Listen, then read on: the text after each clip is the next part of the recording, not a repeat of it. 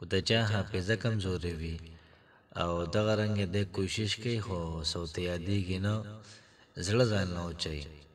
او دغه رنګه دویم نمبر خبره دا ده چې یو سړی په یو څیز باندې نه پوهېږي، په سمجھ کې نه راځي. دا دوه خبرې شولې. انشاءالله العزیز په دې کلیپ کې به د دوو خبرو حوالې سره خبره کوو چې موږ به څنګه خپله حافظه دا سیوا کوو او دغه رنګې موږ به څنګه په څیزونو باندې دا پوهېږو.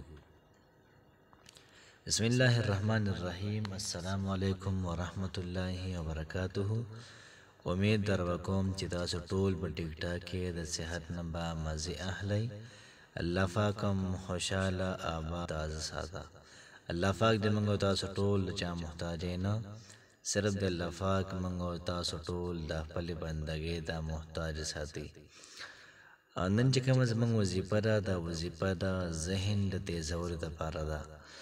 دغه رنګې د حافظې د تیزولو دپاره ډېره زیاته زبردسته وظیفه ده.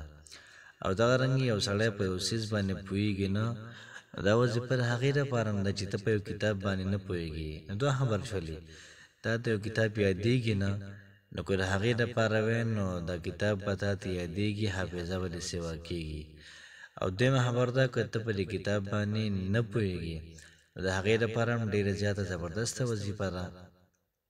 ځکه چې زموږ بزرګانو دا وظیفه ډېره زیاته ټرای کړې ده او د قرآن مجید یو آیت دی او دومره مجرب آیت دی چې چا په دې باندې وظیفه کړې ده، انشاءالله العزیز الله پاک د هغوی ذهن او دغه رنګې د هغوی حافظه د الله پاک دا تیزه کړې ده. بعضې وخت کې دفتري امورو کې یا دفتري څه کارونه وي تاسو نه ایر شي، یا بعضې وخت کې د کور څه کارونه وي تاسو نه ایر شي. بعضې وخت کې یو څیز به راوالي او ځان ته یې مخامخ ټیبل باندې کښېږدي او چې کله وځئ نو څه به درنه ایره شي.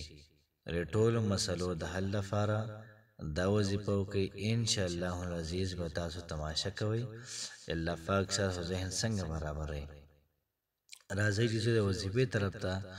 وظیفه داسې ده چې کله موږ مونځ کوو نو د مانځه نه بعد به ربي زدني علما ووایو، ربي زدني علما.